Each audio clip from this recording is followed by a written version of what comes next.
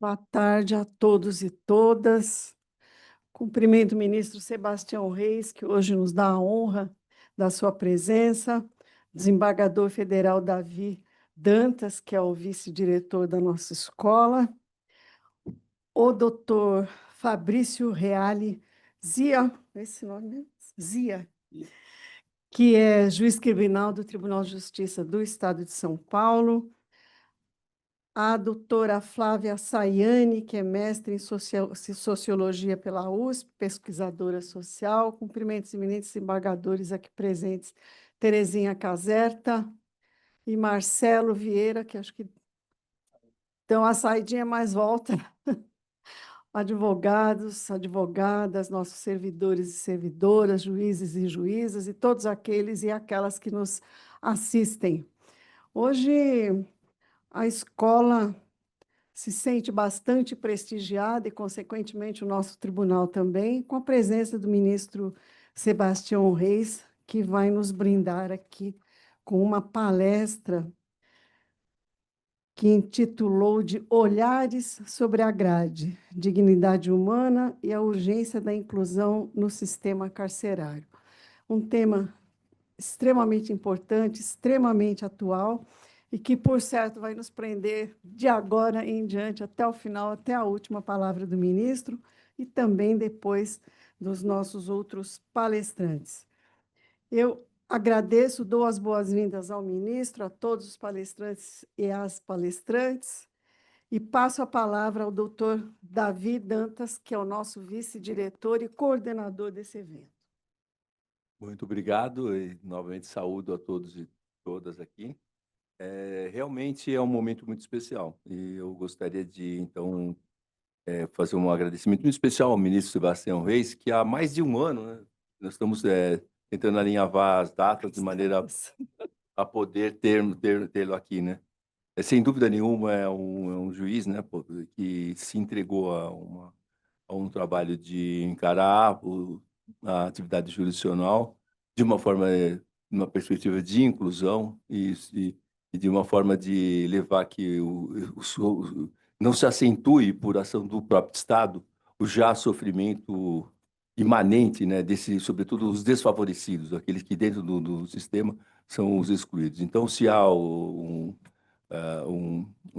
agente dentro do Estado, né, alguém que está atuando dentro das estruturas, que trabalha no sentido da inclusão, não no sentido de colocar dentro do sistema carcerário, mas no sentido da inclusão, de reconhecimento em relação a quem está nesse sistema. É o ministro Sebastião Reis. Por isso, eu estou muito feliz mesmo, eu acho um momento muito importante para a nossa escola estabelecer dentro desse processo de diálogo. Então, cumprimento aqui especial o ministro. E a Flávia Sayane é uma pesquisadora que ela já esteve aqui presente na nossa escola, no evento sobre psicanálise e direito, trazendo a sua contribuição nessa área da sociologia. Ela vai trazer esse olhar, se há alguém pode trazer esse olhar sobre a grade, acho que a Flávia Sayane vai trazer o olhar da sociedade, o olhar crítico, que vai ser muito importante, vai acrescentar.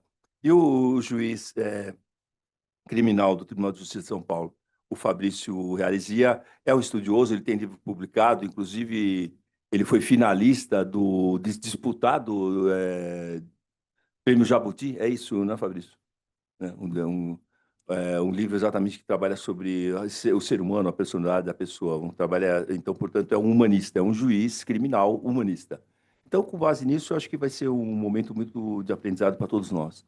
Então, sem mais, eu gostaria de passar a palavra ao ministro Sebastião Reis Júnior, ele é o ministro do Superior Tribunal de Justiça e, além disso, tem é, uma dentro da sua participação, ele é membro do Centro Judiciário de Soluções de Conflitos, ele é também conselheiro da Escola Nacional de Formação e Aperfeiçoamento de Magistrados, da Infam, tem pós-graduação, estudos, e, sobretudo, aqui gostaria de ressaltar o livro Translúcida, que é um livro muito interessante, né? Conjunto de ensaios, né? Em temáticas que envolvem o tema nosso aqui, né? Da inclusão e questão do sistema carcerário, e com o olhar fotográfico. Então, é um diálogo muito fascinante, né? Você lê, você vê a foto e ela dialogar com o texto, né? E esse é o livro que depois vai ter uma roda que a gente vai poder falar mais sobre ele. Então, Com a palavra, o ministro Sebastião Reis Júnior. Bom, boa tarde a todos. Eu agradeço a oportunidade de estar aqui no TRF de São Paulo. E é um tema muito delicado, né? Porque eu acho que é um tema muito complexo e ele não tem, nós nunca vamos achar uma solução fácil e uma solução única para enfrentar. A ideia aqui, na verdade, é dar um panorama, mas é suscitar os problemas do que necessariamente achar ditar alguma solução, algum caminho. Bom, eu começo aqui trazendo uma frase do desembargador Neviton Guedes, do Tribunal da Primeira Região. Ele diz: quem é ser humano, pois tem dignidade. Assim, o que aqui interessa não impõe a perda da dignidade, nem tem o poder de relativizá-la a circunstâncias como insanidade, necessidades especiais ou criminalidade. Portanto, não existe dúvida, considerando o direito constitucional contemporâneo, no âmbito de uma investigação comparada, que também as pessoas que praticam crimes investigadas, processadas ou já condenadas têm direito fundamental de ver respeitada a sua dignidade. O que me incomoda é que nós estamos em 2025 e nós temos que dizer esse tipo de coisa. Eu tenho uma grande dificuldade de justificar ou defender o óbvio, né? Como é que você vai explicar a necessidade de se reconhecer essa situação? E a gente vive num momento em que quem é contra esse tipo de coisa, quem acha que bandido bom é bandido morto, quem acha que não tem que se preocupar, que bandido não tem direito a ter uma comida decente, não tem direito a ter um banho decente, não tem direito a dormir de uma forma digna, são aquelas pessoas que gritam mais, né, que falam mais, que berram mais. E eu acho que, infelizmente, esse é o momento que nós estamos vivendo. Eu trago aqui a apresentação, ela está disponível, ou seja, pode ser disponibilizada. A, a, Alguns dados que eu coletei tanto no DEPEN quanto no Anuário Brasileiro de Segurança Pública. As informações, eu acho que são conhecidas pela maior parte das pessoas. Nós temos hoje 670 mil pessoas. Aliás, hoje não, né? Porque uma das grandes dificuldades e uma coisa que eu ainda não consegui compreender é como nós não temos dados atuais. Nós temos dados, normalmente, o DEPEN, os relatórios do DEPEN são sempre de 6 meses atrás. Você não tem se eu chegar hoje e perguntar quantas pessoas existem presas no Brasil, nós não vamos saber. Nós não temos essa informação de uma forma precisa. Você tem aproximadamente isso. Então, nós temos hoje aproximadamente 670 mil pessoas presas, aí dividindo, nós temos 494 mil vagas e um déficit de 175 mil vagas. E aqui eu chamo a atenção para um detalhe, para dois detalhes, na verdade. O primeiro deles é que nós temos cerca de 300 mil mandados de prisão a serem cumpridos. Então, se todos esses mandados de prisão fossem cumpridos, esse número estaria batendo 1 milhão de pessoas presas. E, em segundo, outra coisa que eu entendo relevante, é que essa situação de presos em celas físicas melhorou muito com a pandemia. Porque até então, o uso dessas cautelares, principalmente a domiciliar, monitoramento eletrônico, não era uma coisa muito difundida. A pandemia nos forçou a ver essa possibilidade, esse outro caminho, esse caminho alternativo. E isso também é o posicionamento do Supremo Tribunal Federal, principalmente em relação às mulheres mães de crianças com até 12 anos. Isso tudo deu não vou dizer um enxugamento, né, mas esvaziou um pouco o nosso já combalido sistema penitenciário. Eu dou as informações, os dados são todos aí, e chama atenção também essa última linha, que é condições de estabelecimentos penais. Apenas 3,5% deles são considerados excelentes, 23% em boas condições, regulares 42%, péssimos e ruins, somando a 30 e poucos por cento. Então, essa é a situação geral. Faixa etária, total de inclusões, total de alvarás, ou seja, são dados, são numéricos só que mostram a, a, a nossa situação meio caótica. Aqui, outro número que impacta é a questão da raça, que cerca de 70% das pessoas presas são ou pretas ou pardas, né? Isso é uma realidade, e isso não tem como se negar. Tamanho da pena, tipo penal, crime contra as pessoas, crime contra o patrimônio, etc. São dados que são encontrados nos sistemas. Pessoas trabalhando, que é um outro problema. Eu lembro que eu fiz uma visita a Papuda, que é o presídio de Brasília, há alguns anos atrás, um presídio com mais de 3 mil presos e tinham 150 pessoas só trabalhando. Você achar que as pessoas que estão lá dentro não vão se revoltar, não vão pensar em se rebelar, é brincadeira. Sem contar que o grande problema é a falta de preparo, de se pensar em alguma coisa no que se refere a uma eventual ressocialização. E aí, esse último número também é um número que impacta muito, quando a gente vê que em 1990 a taxa de aprisionamento por 100 mil habitantes era de 61 pessoas, vem num crescendo, e em 2024 chega a 447 pessoas a cada 100 mil. Só vem. E aí vem aquela famosa questão, né? Ou seja, não adianta, nada me convence de que essa política de encarceramento, e aí vamos fazer um reconhecimento, não é uma política pontual, não é uma política que a gente pode dizer, foi do último governo, não. Isso é uma política que vem ao longo dos últimos anos. Realmente um posicionamento de Estado, ou seja, entra governo, sai governo, a ideia é a mesma, achar que vocês combatem a criminalidade com aprisionamento.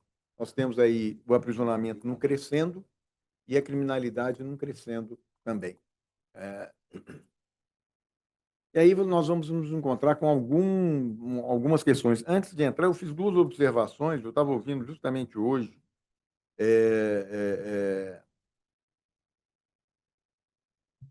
algumas observações que mostram como é que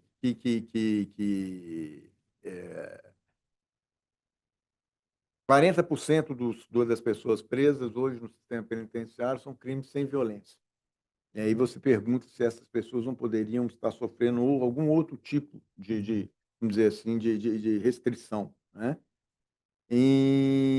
De 2024, de 1990 até hoje, a população brasileira cresceu 41% e a população carcerária cresceu 900%. Ou seja, não há também nenhuma ligação. Nós temos hoje, enfrentando hoje uma média, um crime violento como o homicídio, uma média nacional, em que apenas 30% dos homicídios são desvendados. Os desvendados não, ou seja, apenas 30% dos homicídios têm denúncia oferecida. Sendo que, por exemplo, o Distrito Federal, que é tido como uma polícia bem remunerada, uma polícia de excelência, que tem estrutura, etc., um espaço menor, ou seja, uma localidade, né, uma região menor, ela bate os 90% de sucesso nessa questão, e aí nós vamos para a Bahia, onde o percentual de êxito chega a 16%. Então, daí nós vamos ter essa média nacional de 30%. E, por coincidência, hoje, antes de vir para cá, eu vi uma notícia aqui em São Paulo, que São Paulo esclareceu menos de 1/3 dos homicídios no primeiro ano desse governo atual. Então, mostra que realmente há um problema que aí bate com essa primeira causa, né, que é uma justiça lenta e despreparada para o volume de processo, né? Nós nos deparamos com quantos presos hoje são, acho que cerca de 30% a 40% dos presos são, não chega a esse número, deixa eu só ver que eu acho que está aqui atrás.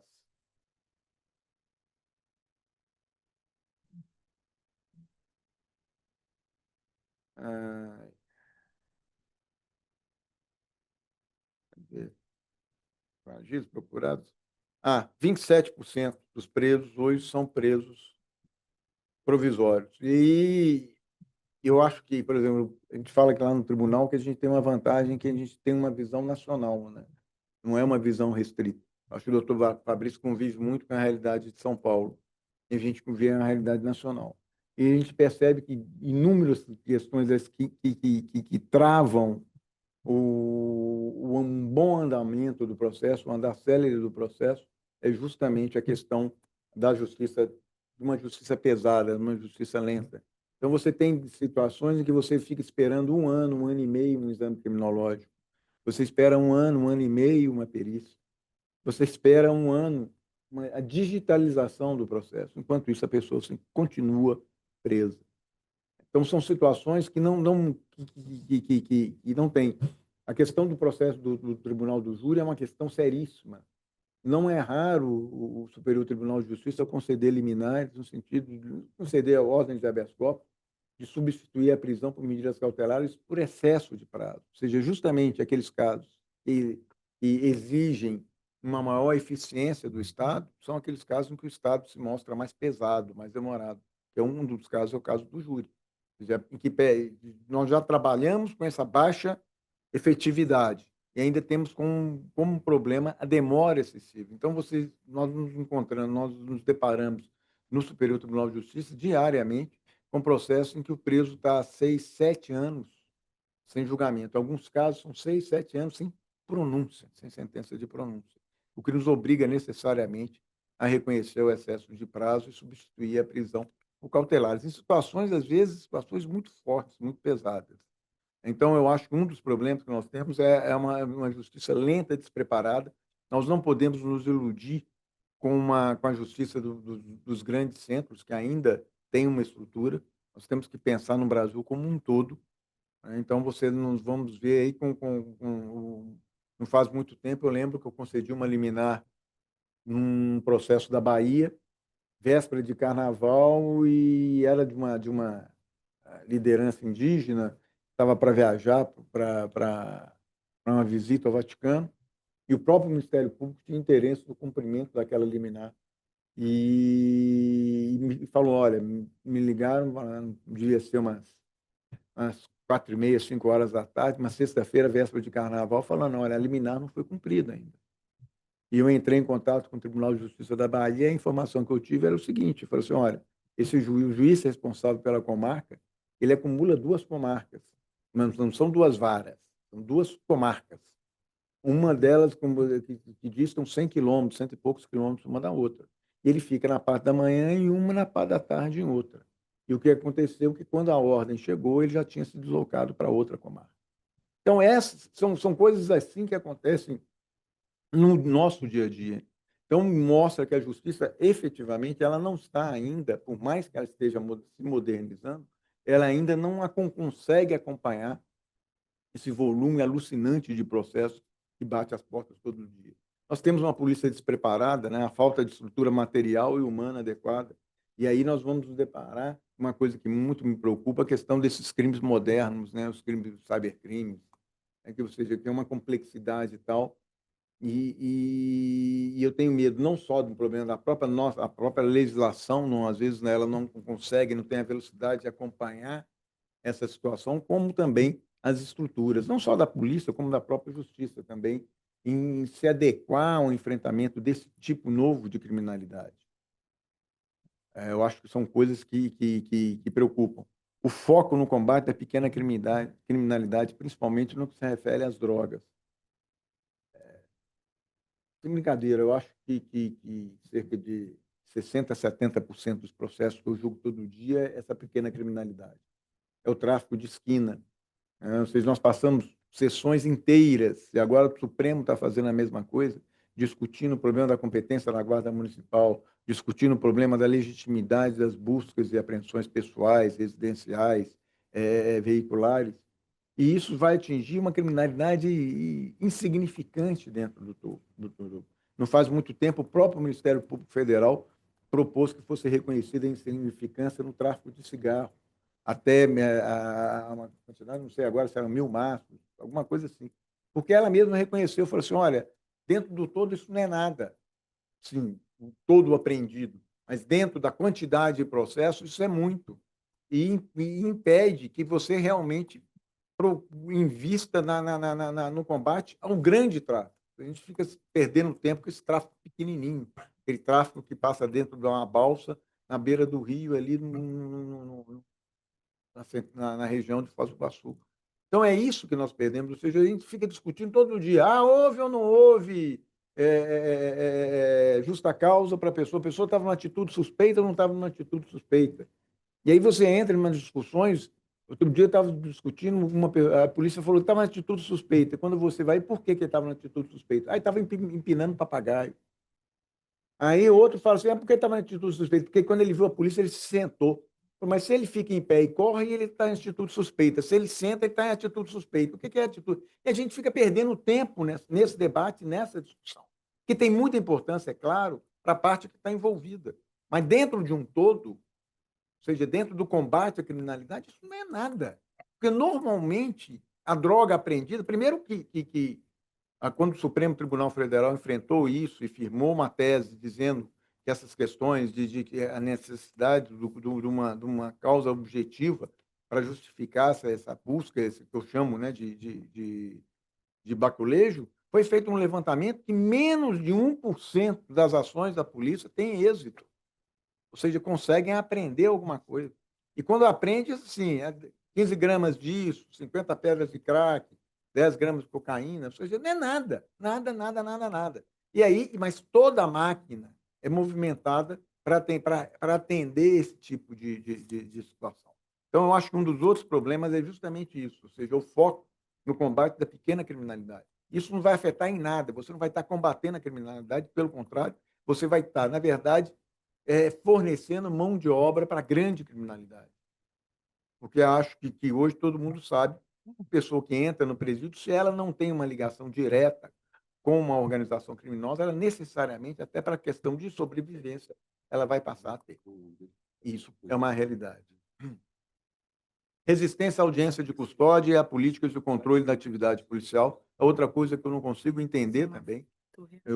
Quando as audiências de custódia surgiram, houve uma repercussão negativa muito grande, tanto no âmbito do Ministério Público, quanto no âmbito da própria magistratura, e eu nunca consegui compreender o porquê disso, sendo que ali é uma oportunidade do magistrado fazer o primeiro crivo, né? Separar o joio do trigo. Hoje, a questão já está um pouco mais superada, até porque já houve já há legislação que cuida disso, há precedentes, etc. Mas você também tem essas políticas de controle da atividade policial, essa resistência ao uso de câmara corporal, por exemplo. É uma questão, vários desses que eu falo, vários desses debates que nós temos hoje, se havia ou não havia uma atitude suspeita, esses debates deixariam de existir se você tivesse um registro da ação policial. Agora, por que a polícia resiste?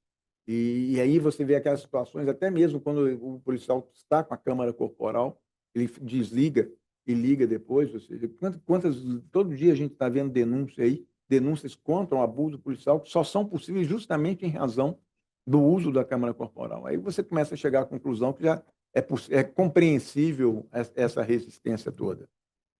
A resistência do uso de cautelares alternativas, né? A prisão sempre é a escolha primeira, e incomoda muito quando você vê situações justamente essa baixa criminalidade, aquele que foi pego, como você ainda vai ter uma discussão, até uma discussão bem viável, que tem cada vez mais acontecendo, se é tráfico, se é posse, se é uso próprio, se não é, e a solicitação normalmente em regra é de prisão. Já há um pedido quase chapado de prisão e há uma decisão quase chapada também autorizando a prisão, né? Sem que haja esse controle. Tudo isso vai atravancando não só o sistema penitenciário, como o próprio judiciário. E são processos, são debates, são discussões que você tem que ter e que vão, ou seja, é o juiz que decreta, é o Ministério Público que pede a prisão, o juiz decreta a prisão, ao HC para o Tribunal de Justiça, o Tribunal de Justiça nega liminar, vem o HC para o STJ nega com base no 691, volta, a gente espera julgar, julgou o HC negado lá, vai para o STJ, um bom número de vezes concede a ordem, ou seja, toda uma estrutura que foi obrigada a se movimentar, deixando de muitas vezes de atender aquilo que é o essencial, aquilo que vai realmente que dá um impacto, ou seja, e discutindo por prisões assim, eu olho e falo, eu não acredito nisso. Réu primário, sem antecedentes, sem nada, 10 gramas de cocaína, 10 gramas de maconha, às vezes, e está preso. A troco do quê você está prendendo um rapaz desse? E aí, se você vai ler o despacho, aquele despacho chapado, né? Representa um crime contra a saúde e tal, não sei mais o quê. Então, são coisas que eu acho que nós temos que repensar.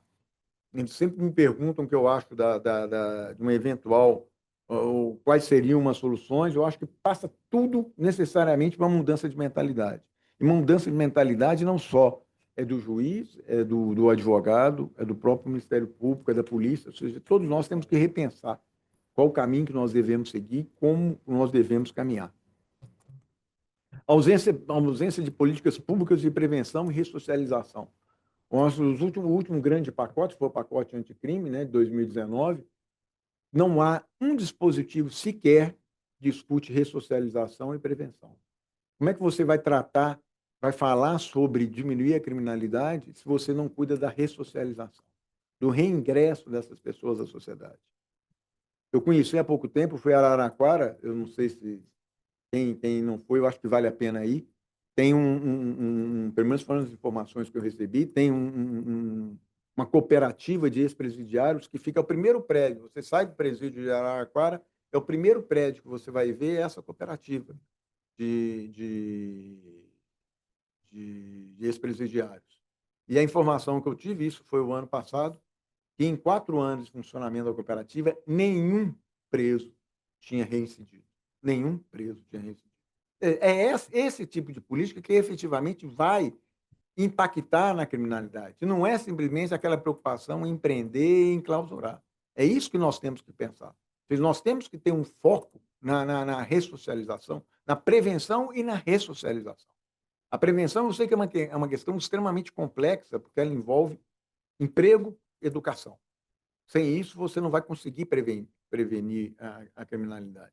Mas a ressocialização, ou seja, você dá um treinamento adequado para aquele que vai um dia sair do presídio, porque você sabe que vai sair. Essa que é a grande questão. Ele vai sair. Não adianta você achar, por mais que você, vou tornar isso hediondo, vou dificultar a progressão, eu vou aumentar um pouco a pena, mais cedo ou mais tarde aquela pessoa vai sair do presídio. Então, se você não se preocupar com a reinserção dessa pessoa na sociedade, não há criminalidade que vai baixar. A criminalidade vai continuar não crescendo. Com uma diferença. Muitas vezes, aquele que entrou por um crime banal, um crime pequeno, sem violência, ele vai se tornar um criminoso perigoso. É essa que é a realidade, é isso que nós temos que pensar, é isso que nós temos que ter consciência. O MP não presente no controle da atividade policial. Ou seja, uma das funções do Ministério Público é o controle da atividade policial.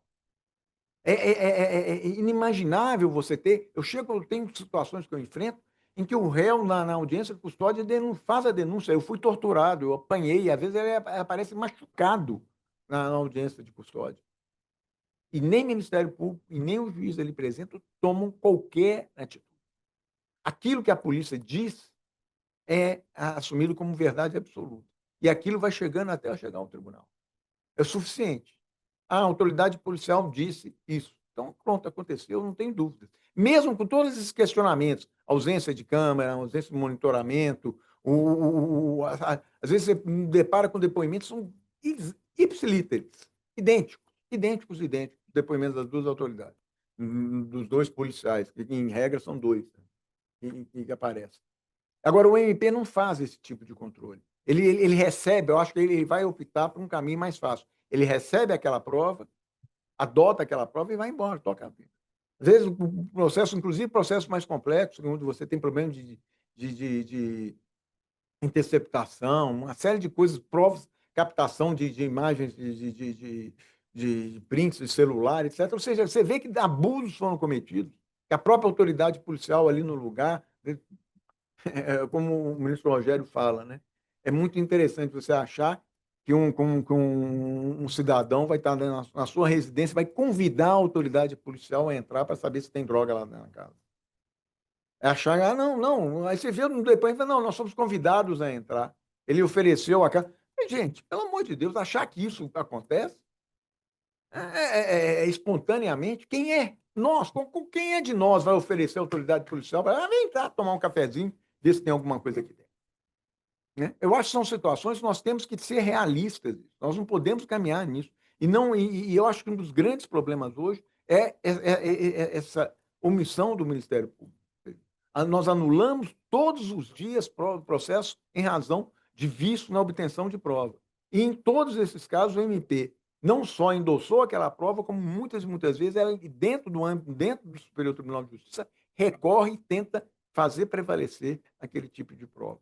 Não faz muito tempo, acho que vocês devem ter visto, eu julguei no tribunal, cerca de 2 semanas, aquele caso, famoso caso Evandro, lá do Paraná. Aquilo quando você se depara com aquilo lá, foi o que eu disse na sessão de julgamento.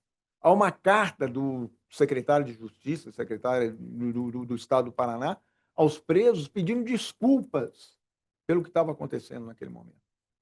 E o Ministério Público Paranaense recorreu. Ou seja, houve uma revisão criminal, a revisão criminal foi julgada procedente, e eles recorreram para o Superior Tribunal de Justiça, foram despachar para defender aquilo que flagrantemente havia ou seja, eles usaram durante o processo uma filmagem, toda ela cortada. Quando esse filme caiu na mão do jornalista, foi possível perceber a prática de tortura. E mesmo assim eles sustentaram aquele tipo de situação. Onde nós vamos chegar? Não estou dizendo que as pessoas fizeram ou não fizeram, só sei que a prova foi obtida sob tortura. E isso dá para você perceber. Você ouve nos vídeos a coisa, você tem imagens dos presos machucados, com o ouvido sangrando de levar pancada, etc. Você tem filmagem do policial sentado ao lado de um dos céus e torcendo a mão da pessoa até a pessoa reconhecer uma determinada situação. Ameaças explícitas, dizendo que aquela situação só ia acabar se ela confessasse. Então, eu não consigo compreender realmente aonde que está o que leva o Ministério Público, em determinadas situações, a endossar esse tipo de prova, a não tomar providências no sentido de acabar com esses abusos policiais. Resistência à adoção da jurisprudência pacificada nos tribunais superiores, eu não preciso isso dizer, né? Porque é uma coisa que acontece constantemente, todos os dias. Outro dia circulou na internet um vídeo, justamente um Superior Tribunal de Justiça, bem ou mal, eu não vou entrar, eu acho que está certo, não vou nem discutir isso agora, tem uma jurisprudência pacificada, eu acho que, inclusive, endossada pelo próprio Supremo, no sentido de que o réu só é obrigado a responder aquelas perguntas que ele quer responder. Ele não é obrigado a responder. E a juíza em audiência fala, isso é palhaçada do Superior Tribunal de Justiça, isso não procede. Ou seja, ela pode pensar o que ela quiser, ela pode não concordar, tem todo direito. Eu não concordo com um bom número de decisões que o Supremo profere. Agora, o Supremo decidiu, pronto, acabou. Por que eu vou ficar batendo boca com isso? Agora, esse tipo de comportamento, o que implica? Implica justamente isso. Leva esse judiciário inchado, leva essa questão do sistema prisional. Ou seja, o sistema não funciona. O Superior Tribunal de Justiça recebeu, o ano passado, 494 mil processos.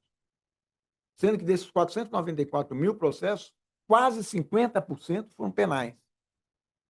Ou seja, nós recebemos por volta de 220, 230 mil processos penais. Nós somos 10 para julgar aquilo lá. Há um filtro que morre, esses processos morrem no âmbito da presidência, mas de qualquer um, nós estamos recebendo lá uma média de cada um de nós 14, 15 mil processos por ano para julgar. Eu tive na Corte de Cassação da França, são 150 juízes. A corte inteira julgou por ano, num processo, num ano que eu recebi 14 mil, eles julgaram 17 mil processos. A corte inteira, 150 juízes. Mostra a disparidade da coisa. E isso qual vai ser a consequência direta disso? É claro que isso vai repercutir no sistema prisional inchado. Estamos julgando mal. Quando a gente fala prender mal, não é que nós estamos prendendo, é claro que existem aqueles casos que a gente prende inocente. Mas não é só isso. É questão de colocar dentro do sistema pessoas que poderiam ser punidas, mas não necessariamente com a reclusão. Nós teríamos outros caminhos para punir essas pessoas, inclusive para facilitar a ressocialização, de que elas não reincidam. Mas a opção sempre é a prisão. A ausência de políticas públicas de prevenção e ressocialização, pouco gasto efetivo com o sistema prisional, e a gente vê isso pela carência de vagas. Todo mundo defende a construção de presídios, mas se você chegar numa prefeitura, numa cidade e falar, vou construir um presídio aqui, a cidade toda vai se revoltar contra aquilo lá. Não estou tirando a razão, porque a gente sabe muito bem, quando você constrói um presídio, você traz uma situação. Brasília aconteceu isso com o sistema, com a penitenciária federal. Ou seja, uma situação que Brasília não vivia e aconteceu isso. Mas é uma realidade. Mas é um contrassenso. Todo mundo acha que tem que ter preso, tem que ter presídio, mas ninguém quer participar desse processo. Sem contar a quantidade de recursos disponíveis, o dinheiro existe, ele não é aplicado, ele não é utilizado. Discurso de que a solução para a criminalidade é a prisão. Eu acho muito engraçado que você, por exemplo, estava vendo agora com esse problema do metanol na bebida. Tem um projeto há 6 anos dentro do Congresso Nacional. 6 anos. No dia seguinte já começa, nós vamos votar, agora virou urgente. Ou seja, eu falo que a gente legisla com fígado, né? Surge uma determinada situação, na época da pandemia, havia uma proposta de criação de lei furar fila para receber vacina. Você sabia que era uma situação toda ela pontual, mas queria criar, ou seja, crime, crime, crime. A gente vai para o direito ambiental, vai para o direito tributário, ou seja, a gente vê nitidamente que a criação de crimes, determinados crimes, ele tem como objetivo é suprir a inércia, ou seja, a omissão do Estado, a falta de estrutura do Estado no fiscalizar. Então, aquilo que tem um caráter nitidamente administrativo passa a ter um caráter penal. No direito tributário, você fica muito claro isso quando se o devedor pagou, acabou o processo. É nítido, ou seja, aquilo é crime para forçar a pessoa a pagar. Mas tudo isso vai pesar no Estado. O Estado pesa, fica pesado, obsoleto. Falta de emprego, educação e perspectivas concretas. Eu não sei se vocês já viram, tem um filme que eu recomendo, que é baseado numa história real. É claro que, como todo filme, tem a parte romanceada, tem a parte, provavelmente, não sei se vai até onde, um filme chamado Bandida. Eu não sei se já viram. É um filme de uma história de uma mulher que vivia numa comunidade e não tinha pai, como de regra. A mãe trabalhava na cidade e acabou doando a criança, emprestando a criança com um pai de santo. E ela chegou a ponto de quase ser abusada, e, na verdade, o pai de santo queria para abuso e depois até para negociar o corpo da menina. E no dia que ia acontecer, pelo menos isso é o que relata, e realmente o livro deve ter, a maior parte do filme deve ser real, porque eu vi um depoimento dela sobre o filme depois, ou seja, tinha tido a aprovação dela. Baixou um santo, alguma coisa assim nela, e o pai de santo começou a respeitar. Mas ela viveu nessa comunidade. Não tinha opção, não tinha pai, não tinha mãe.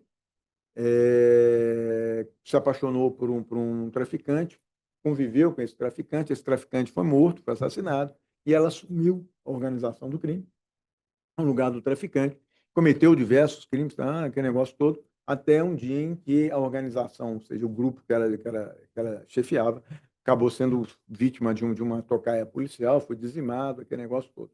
Hoje, ela escreveu, ela se desvinculou do crime, não está mais, né?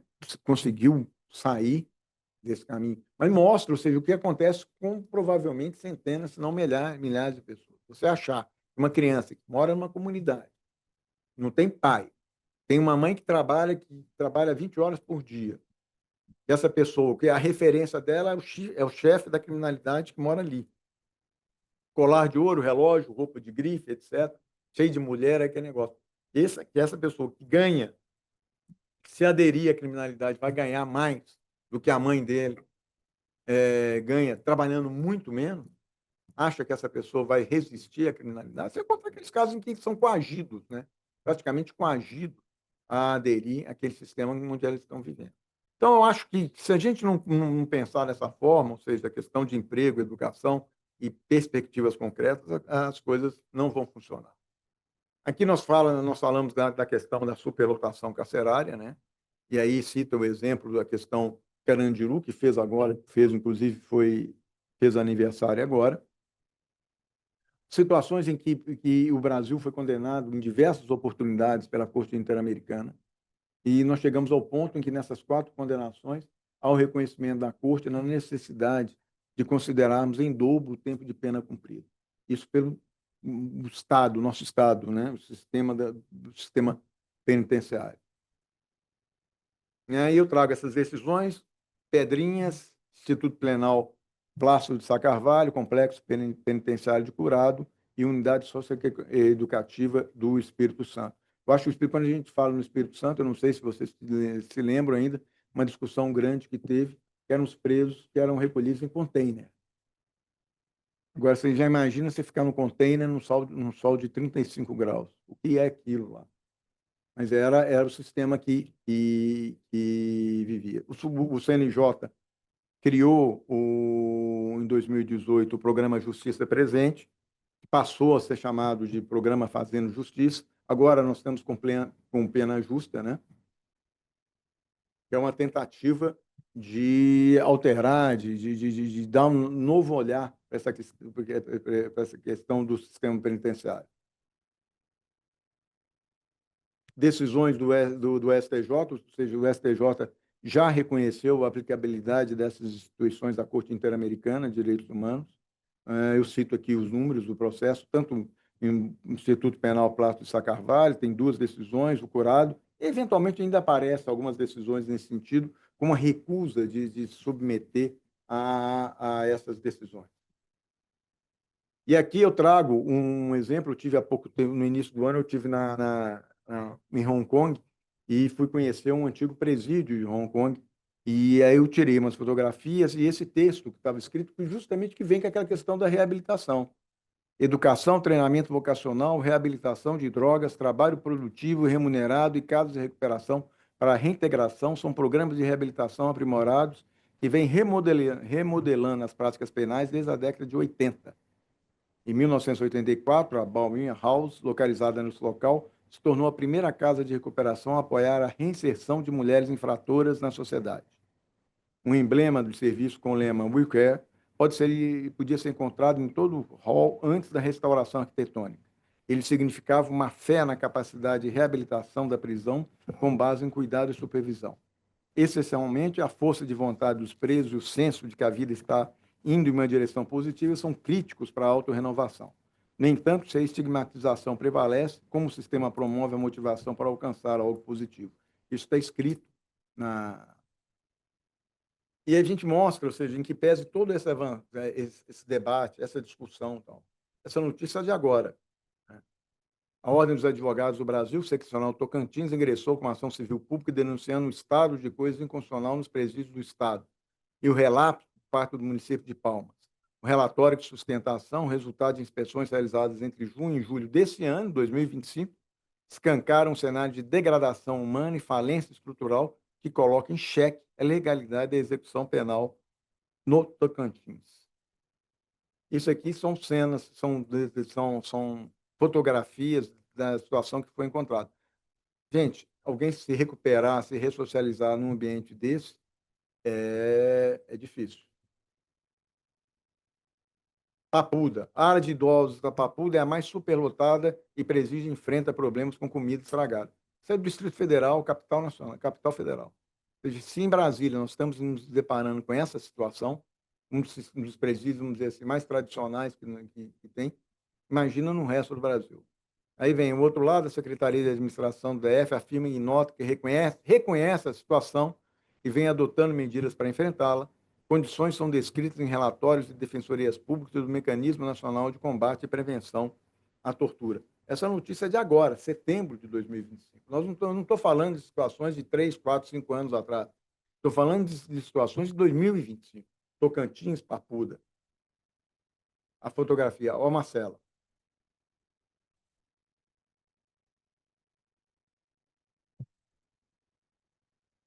Aqui, curado. Eu acho que não precisa falar muito mais, né? Eu acho que as fotos mostram por si o que está acontecendo com... Eu não sei se ainda está no YouTube, eu assisti no YouTube há uns anos atrás, não sei se ainda está, o Presídio Central de Porto Alegre. O nome é um documentário que mostrava a situação. Era assim, esgoto ao céu aberto, rato, não sei mais o quê. O presídio não tinha mais, as celas não tinham porta, porque se tivesse porta nas celas, as pessoas não iam ter onde ficar. Então eram as alas. Então, a única porta que tinha era uma determinada ala, a porta estava lá, na ala, e o resto tudo aberto. As pessoas viviam lá, ou seja, dormiam nos corredores, dormiam onde podiam. Nós chegamos ao ponto de reconhecer como passivo de remissão o exercício de chefia de ala, que é um trabalho informal dentro do presídio. Mas é aquela pessoa que é o chefe, né, da ala que garante a paz dentro daquela. Nós tivemos que reconhecer isso, ou seja, aquela pessoa que exerce, que efetivamente exerce aquela chefia, aquele controle, ela passa a ter direito à remissão. Plácido, a gente vê essas situações. Eu fui na Colmeia, em Brasília, há 5, 6 anos atrás, e eu via presas dormindo no forro da cela. No forro da cela. Elas não tinham essas grades que nós estamos vendo aí, não. Eram portas fechadas com aquelas janelinhas. Essa era a circulação de ar que entrava dentro de uma cela. E aí vem o contraponto, né? Eu acho que da mesma forma que eu falei da questão do trabalho que está sendo feito em Araraquara, eu citei só como exemplo, acredito que outros estão sendo feitos no Brasil também. Eu não sei se os senhores conhecem as APACs. As APACs é uma coisa que predominantemente hoje só existe em Minas Gerais. Nós temos 53 ou 54 no Brasil e 47 existem em Minas Gerais. Eu tive o prazer de conhecer 4 dessas APACs. A APAC de Belo Horizonte, a APAC feminina em Belo Horizonte, masculino e feminino em São João del Rei e a de Lagoa Santa. E eu fiquei impressionado com o que eu vi. É uma coisa extraordinária, é um sistema de autogestão. Você não sabe quem é preso, quem não é preso, porque eles são identificados com crachá, com o nome e vestem roupas normais. Eles não usam uniforme policial. É um presídio onde não tem arma lá dentro. Não tem cela de castigo. Então, uma coisa como que eu assisti essas APACs que eu conheci, a coisa que é mais interessante é que todas as celas de castigo tinham sido transformadas em celas religiosas, ou seja, com Bíblia, com um lugar de reflexão, de pensamento, com portas abertas, sem grade, sem nada. Quem fica com a chave da cela são os próprios presos. Ou seja, tem uma presa. Em São João del Rei, eu vi uma situação que são as coisas interessantes. Todo preso é obrigado a estudar e a trabalhar. São só presos que estão cumprindo pena definitiva, não são presos com provisórios. E com detalhe, presos, inclusive, com 20, 30 anos. Eu pensei que eram só presos que não teriam cometido crimes violentos. Não. Eu conheci homicidas, conheci presas condenadas por latrocínio, etc., que estavam cumprindo pena lá. Um desses homicidas que eu conheci, hoje eu conheci ele fazendo trabalho voluntário na PAC de São João del Rei. Hoje ele é mestre em educação pela USP de São Paulo. Ele fez todo o curso preso, fez o mestrado, ele é mestre em educação e hoje ele faz um trabalho. E aí eu vou mostrar as fotos. Vocês viram aquelas fotos? Isso é a PAC de São João del Rei. Isso é tudo feito pelos presos. Tem a PAC de São João del Rei, é uma fazenda, ela não tem muro. É uma coisa mais impressionante que eu já vi na minha vida, ela não tem muro. Ela tem aquela cerca que toda fazenda tem, cerca de arame farpado. Aliás, nem arame farpado, arame liso. É a cerca. Lá você tem criação de porco, você tem criação de peixe, você tem horta, você tem fábrica de cimento, você tem fábrica de tijolo, você tem marcenaria. As celas, não existe excesso de presos, cada cela tem lugar para 6 pessoas, só podem ficar 6 pessoas, mas é um rigor, ou seja, isso tem há uma influência religiosa muito grande, tá? Não tem como negar, e é um sistema muito rígido, muito rígido. Inclusive, há um controle, há um comitê de presos que, quando percebe que alguém está fora do sistema, são eles que vão à direção do presídio e pedem, devolvam esse cara para o sistema convencional. Ele está fora das regras aqui dentro. Isso aí na PAC de São João del Rei, a PAC feminina, isso são as celas, ou seja, todas assim. A PAC feminina de Belo Horizonte parece um colégio. Você vê que como se fosse um colégio. Eu entrei aí e falei, eu estou dentro de um colégio.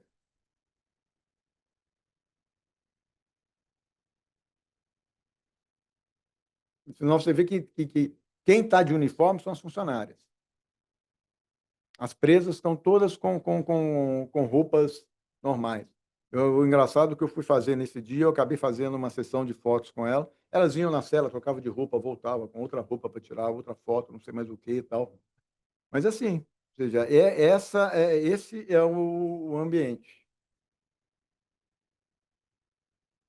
Então, a ideia foi justamente fazer, ou seja, dar esse panorama, tentar fazer um diagnóstico do que está acontecendo, de como é que o sistema não está funcionando, né, de que nós precisamos repensar. Eu acho que continuar do jeito que está não vai chegar a nenhum lugar. A ideia é de simplesmente aumentar a pena, transformar.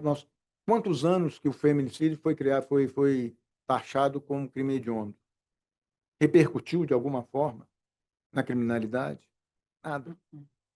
Então, entendo a necessidade de um rigor, mas achar que esse rigor é o que vai solucionar a criminalidade, eu acho que é um grande erro. Eu acho que nós vamos ouvir agora o doutor Fabrício, né? Acho que vamos ter mais tempo, mais pessoas que têm talvez mais condições do que eu para falar. Tenho uma visão de tribunal superior, já tive a oportunidade de conhecer presídios em Santa Catarina, no Rio Grande do Sul, em Brasília, São Paulo, Minas, Rio de Janeiro. Eu acho, pretendo conhecer outros lugares, mas é só realmente a experiência que eu tenho, é a visão que eu tenho, que eu quero apresentar. Daqui a pouco a gente vai falar sobre o Translúcida, e foi um encontro que eu tive com presas transexuais no presídio de Pinheiros, aqui em São Paulo, e uma das coisas que mais me impactou foi a presa virando para mim, falando assim, olha, a minha grande preocupação é saber o que vai ser de mim quando eu sair daqui.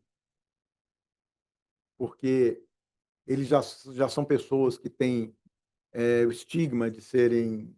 Normalmente, por exemplo, nesse caso específico das presas transexuais, você tem um problema que todas elas, praticamente todas, são abandonadas pela família, são rejeitadas pela família. Então, elas não têm um apoio familiar. Elas têm um estigma de serem transexuais e, junto com isso, o estigma de serem ex-presidiários. Então, você imaginar que uma pessoa dessa vai conseguir, fora do sistema, sobreviver nos dias de hoje, viver numa utopia. E todas elas têm essa preocupação, não adianta você. E uma delas me falou, eu saí daqui, voltei, tentei roubar, não consegui, fui para a prostituição, não foi suficiente, acabei voltando para cá. Porque não tem caminho, não acha emprego, não acha nada. Então, acho que essa conversa, esse diário que eu tive com ela, simplesmente mostra tudo isso. Se não pensarmos num caminho de ressocialização, de reinserção dessas pessoas na sociedade, não há como achar que a criminalidade vai reduzir, que a criminalidade vai diminuir. Sem contar, é claro que a gente sabe muito bem, o envolvimento da família. Quando uma pessoa dessa entra no sistema, muitas e muitas vezes a própria família é carregada para isso. Mãe, quantos casos a gente julga de mães, esposas, filhas que são presas ao tentar levar a droga para dentro do presídio. Elas levam, tem um motivo. Né? Ou seja, aquilo lá é como se fosse uma missão. A gente sabe muito bem disso. Muito obrigado.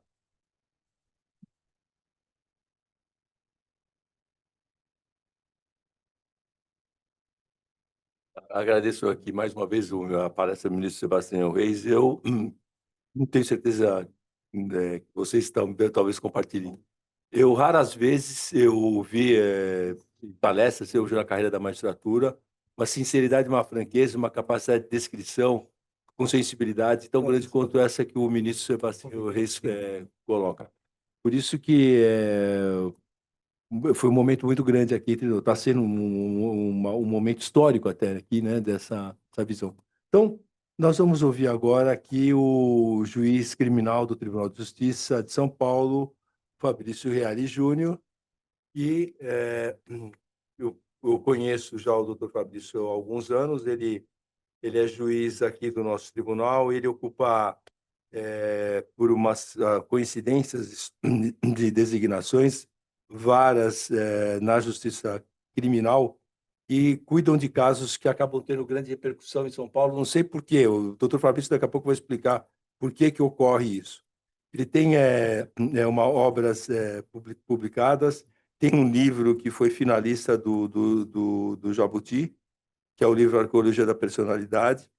Ele também é autor de conto literário, eu acredito que ele também vai juntar a sensibilidade com a experiência de juiz.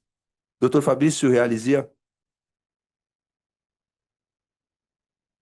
Doutor Davi, um grande amigo de muitos anos, agradeço o convite, também a desembargadora doutora Marisa,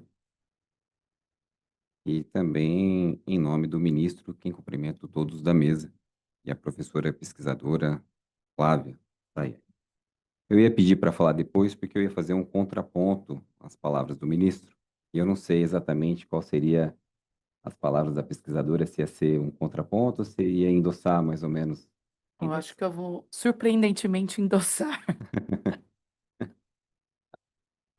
Então, vou pedir, senhor ministro, liberdade, aproveitar a experiência particular, que o senhor trouxe uma experiência, nós dois mineiros, o senhor trouxe a experiência de Brasília, a grande experiência que o senhor tem, já filho também de ministro, e eu vou trazer a minha experiência particular de São Paulo, como 20 anos juiz aqui, passando por cidades pequenas como Serra Negra, e o índice de criminalidade lá é uma das melhores do estado de São Paulo. Lá eu era juiz do júri e tinha ano que eu não fazia nenhum júri, nenhum homicídio na cidade durante um ano. Então, vim dessa realidade de Serra Negra para agora a grande capital São Paulo, que aqui a situação é um pouco diferente. Então, isso me permitiu ter uma visão particular, não uma visão geral do país, mas particular, especialmente dos problemas de São Paulo e das soluções que encontramos para certas coisas funcionarem, outras coisas ainda precisam ser lapidadas. Quando o senhor estava falando, senhor ministro, eu peço até a licença acadêmica para fazer o contraponto ao senhor. Eu anotei bastante pontos aqui que o senhor trouxe, justamente para fomentar o debate. O senhor, eu vou lembrar só das palavras de Beccaria, ele propõe que não adianta muito a gente ter penas grandes penas, enforcamento, morte, etc., se a pessoa que pratica o delito, ela tem uma grande chance de sair impune. Seria melhor pequenas penas, mas efetivas, que a pessoa sabe que vai cumprir aquilo. Isso cria uma inibição social muito maior do que grandes penas. Então, a partir disso, eu fiz algumas anotações, vou pontuar umas 5 anotações. O senhor traz aquele exemplo, acho que é um filme de Bandida, eu não assisti, mas de um problema social que isso ocorre com frequência. A pessoa com uma família fragmentada, desestruturada, ele acaba sendo uma das únicas opções, o delito, e vai para o delito, seja o tráfico de drogas ou, a partir disso, outros delitos maiores. E o senhor apregou que não é só a prisão que funciona, que a ressocialização é uma tarefa de base, seria necessária. Mas eu pergunto, e quando a ressocialização falhou, nesse caso da bandida, virou um problema social e um crime de verdade? Aí prendemos ou não? É uma prisão adequada, uma prisão qualificada ou não? Porque se não combatemos daí com a prisão, a gente vai combater com o quê quando já ocorreu o problema? Aí eu trago a experiência minha particular de Serra Negra. Quando para os presos em situação de prisão domiciliar e os presos em regime aberto que tinham que cumprir em casa, a gente percebeu que muitos desses saíam nos momentos que deveriam estar presos em casa, saíam na rua e praticavam delitos. E eu pedi uma fiscalização mais efetiva da Polícia Militar e da Guarda Municipal, que fosse na residência e verificasse se de fato a pessoa estava lá porque ela tinha que estar presa. E teve até reclamação a partir disso, mas foi validado. E a polícia foi e verificava se ele estava lá. E os casos que não estavam, eu regredia para o regime aberto, para o semiaberto. E essa fiscalização espalhou e a criminalidade caiu mais ainda em Serra Negra. Ou seja, uma fiscalização efetiva da pequena pena originou numa melhora social muito expressiva. Então, a fiscalização também seria um dos pontos que eu trago aqui na visão que eu tive da experiência. A outra, como o senhor bem pontuou, o tráfico de drogas hoje, a gente percebe aquele tráfico pontual que é a ponta da ponta da ponta, pequena quantidade de drogas. Mas isso ocorre, como eu observo, que é o encontro casual da polícia militar e não o trabalho da investigação da polícia civil. A polícia militar que está passando de carro, sabe que ele tem uma boca, prende o criminoso com pequena quantidade de droga, é o tráfico de drogas, e a tarefa de investigar que da onde origina aquilo que competiria às polícias civil, pelo menos aqui na nossa experiência do Estado de São Paulo, a Polícia Civil ainda carece de muitos recursos, sejam humanos e sejam tecnológicos. Então, cidades pequenas, tem só o delegado, 2 investigadores, ele mal dá conta de tocar os inquéritos que originam dos flagrantes, que dirá iniciar uma investigação para saber de onde veio aquela droga ou dos grandes centros. Então, a gente falha em tracejar de onde veio a droga e acaba prendendo no varejo e milhares de processos, milhares de HC, e aquela discussão se isso é tráfico, se isso é porte de drogas, etc. Então, de fato, acontece isso mesmo, mas eu percebo que é um problema da estrutura da polícia e não propriamente do judiciário. O senhor trouxe também outra que há discussões do STJ, e nós acompanhamos muito atentamente, senhor ministro, as posições do STJ, as posições do Supremo, até nesse encontro, se o policial, como teve recentemente, se a situação de nervosismo do preso de alguém na rua justificaria a abordagem policial ou não. O STJ tinha se inclinado inicialmente que não, e o Supremo agora se inclinou que sim. Algumas decisões. Perfeito, senhor ministro. Até falo para o senhor, justificando que o senhor apontou, e São Paulo também, como os ministros do STJ, o senhor não falou textualmente isso, mas algumas vezes falam, algumas vezes nós, de São Paulo, não seguimos algumas orientações do STJ, mas evidentemente que naquilo que é de precedente vinculante há necessariamente a observância, e aquilo que são decisões pontuais, aí abre esse espaço de margem para o juiz, tanto que o STJ tem essa posição contrária ao Supremo, que tem posições antagônicas, mas dentro da margem de liberdade da judicatura. Evidentemente que os precedentes devem ser seguidos por todo e qualquer juiz, os precedentes vinculantes. Mas veja, isso mesmo eu pergunto, mas será que nós, juízes, que não estamos na rua, não devemos acreditar no tirocínio do policial? Especialmente quando daí encontra a droga, entra na casa, tem uma quantidade expressiva de droga ou está numa prisão em flagrante?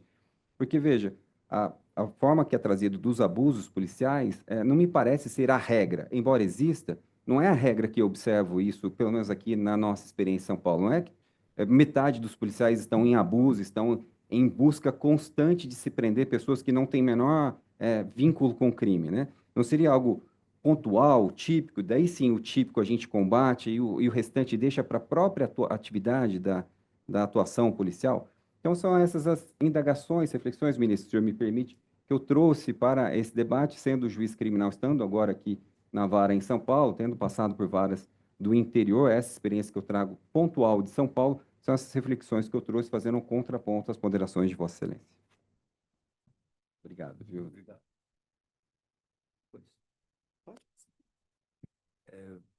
Muito bem, obrigado, Fabrício. Eu vou agora passar a palavra, então, para a nossa socióloga, que vai lançar um olhar da sociedade crítico. Aqui, a Flávia Sayana era pesquisadora e ativista do movimento Coletivo por Nós, é professora da Rede Municipal de Educação de São Paulo, da Prefeitura de São Paulo, é mestre em Sociologia pela nossa tradicional aqui, FEFELESH, da USP, que a gente chama FEFELESH, graduada em Relações Internacionais na Unesp e pesquisadora assim, em várias áreas, particularmente, inclusive, o livro publicado que ela tem, até, aliás, dissertação, né, que será logo em breve um livro, né, que é sobre a questão que envolve o encarceramento feminino e efeitos societários do encarceramento. Flávia, com a palavra.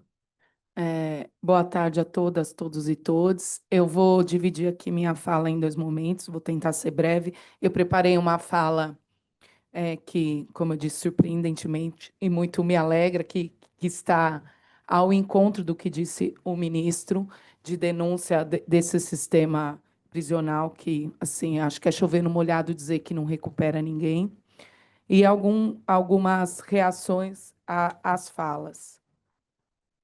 Primeiramente, gostaria de agradecer novamente ao professor Davi pelo convite de estar nesse espaço, partilhando esse espaço e apontando caminhos para se questionar a existência do cárcere.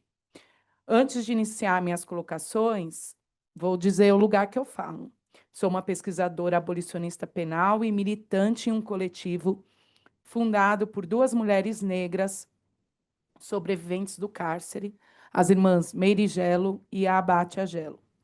Nesse coletivo, acolhemos mulheres materialmente, afetivamente e com assistência jurídica que estão no cárcere ou que passaram pelo cárcere. A minha pesquisa na USP, ela se intitula Tecendo no Fio da Navalha, Mulheres Sobreviventes do Cárcere, Redes de Afeto e Cuidado, e versa sobre a importância das redes tecidas por mulheres que passaram pela prisão, para que possam habitar as ruínas da vida pós-cárcere. Então, ainda já a minha primeira manifestação, que não está no texto aqui, mas sobre isso, né? Não somente as mulheres trans e travestis que já são abandonadas pela família, as mulheres em si, isso é bem sabido, que têm menos visita, né? tem menos familiares que vão receber na saidinha, pelo próprio papel, essa questão do gênero mesmo, né, do que se espera de uma mulher, que o crime é algo que está muito mais longe do gênero feminino do que o masculino. Devo sublinhar que nos referimos às pessoas que passaram pelo cárcere com o termo sobreviventes, como uma escolha política para marcar nosso posicionamento de que a prisão em si é uma violência perpetrada pelo Estado, que tem sua duração mesmo depois da pena cumprida. Esse texto foi escrito coletivamente com minhas companheiras de militância do Coletivo Por Nós. Os corpos encarcerados passam por diversas violências, sendo a própria privação de liberdade o primeiro delas. Por essa razão, a minha primeira colocação, partindo desse lugar da lutante prisional e dos abolicionismos, a prisão já fere o 3º artigo da Declaração dos Direitos Humanos, que diz que todo indivíduo tem direito à vida, à liberdade e à segurança pessoal. Sob a tutela do Estado, nas prisões, além da óbvia privação de liberdade, as pessoas não têm garantidas nem a segurança pessoal e nem a vida. Daí, a minha crítica a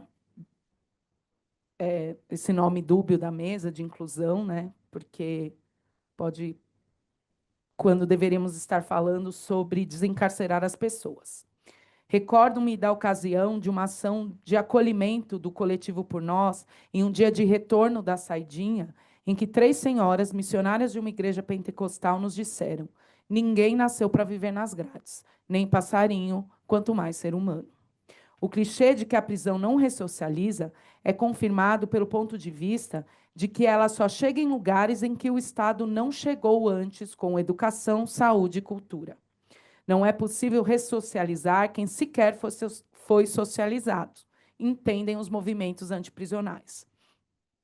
Muitas das pessoas que estão em cárcere têm seu primeiro encontro com o Estado através da polícia e das grades. Inclusive, quando a gente fala de documentos.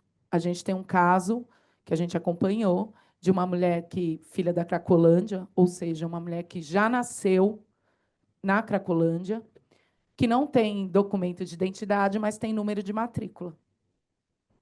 Então, quando essa mulher sai da prisão e some, a gente não consegue localizar, porque ela não tem esse rastro da cidadania, mas ela tem um número de matrícula.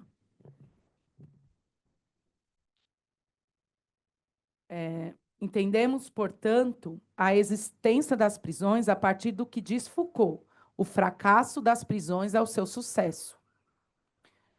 O relatório produzido pelo Mecanismo Nacional de Prevenção e Combate à Tortura, divulgado ano passado, denunciou diversas práticas de torturas nas unidades prisionais do Brasil. E, no caso das mulheres, abre aspas, desassistência material e de saúde, além de situações de violência moral contra gestantes e mulheres com bebês aprisionadas em condições degradantes. No sistema socioeducativo, foi identificada a precariedade das instalações, a falta de atividades educativas adequadas e o uso de metodologias punitivas que podem caracterizar bullying institucional, além da presença inadequada de agentes socioeducativos masculinos nas unidades femininas. Reportagem publicada pela Ponte Jornalismo em 5 de setembro de 2025, há um mês, denuncia a situação de abandono ginecológico pela qual passam as mulheres em situação de cárcere, com, abre aspas, acesso precário e consultas, exames e até absorventes, enfrentam sangramentos prolongados, menopausa sem atendimento e impactos na saúde mental, contando com um ginecologista para cada 1.214 mulheres. E aí, né, assim, se a gente falar nós mulheres, a gente menstrua o mínimo que a gente quer tomar um banho, né? Mas nas unidades a água é fechada dado o momento do dia. Se você tem uma hemorragia, que pode acontecer 8 horas, 9 horas da noite, você não toma banho. Diante disso, aproveito o espaço para listar algumas das violações que nós, o Coletivo Por Nós, estamos acompanhando. Então, questões ligadas à saúde, por exemplo, o CPP do Butantã está com uma infestação de percevejo, a unidade feminina. Os percevejos estão dentro dos colchões.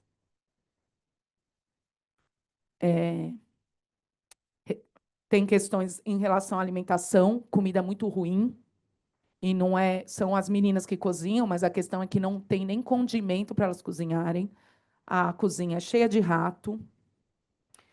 E muitas vezes essas situações de falta de higiene, muitas saem com feridas no corpo, furúnculos. E a gente teve a notícia de uma mulher que perdeu alguns dedos no trabalho na cozinha do CPP do Butantã. Tá? Nós estamos falando de São Paulo, capital. Eu devo fazer um parênteses aqui que elas estavam aqui no Carandiru. Houve um megabonde há um ano, porque fugiram 7 homens do Butantã e eles acharam que era mais seguro deixar as mulheres no Butantã, que é mais difícil de fugir, mulher de fugir. E aí trouxeram os homens para a penitenciária feminina da capital, que era no Carandiru, e hoje ela é só uma penitenciária da capital. Ou seja, essas mulheres foram colocadas num lugar muito mais longe, de difícil acesso para as famílias, muito difícil para a gente, para os coletivos que acolhem na saidinha, toda a logística. Uma coisa é você estar do lado do metrô, outra coisa é você estar na beira da Raposo Tavares. Enfim. E aí, na última saidinha, que foi dia 17 de setembro, a gente foi informada da demora de transferir o pecúlio, que é o dinheiro das meninas que trabalham. Cerca de 3 meses, ministro, para vir o pecúlio da PE aqui em Santana para Raposo Tavares, porque 18 quilômetros dentro da capital, eu ainda brinquei, precisa pegar um navio da China, passar por aduanas e tal, por isso que demora. Porque não há, ao meu ver, o porquê demorar 3 meses para vir um cheque de um trabalho que elas têm direito.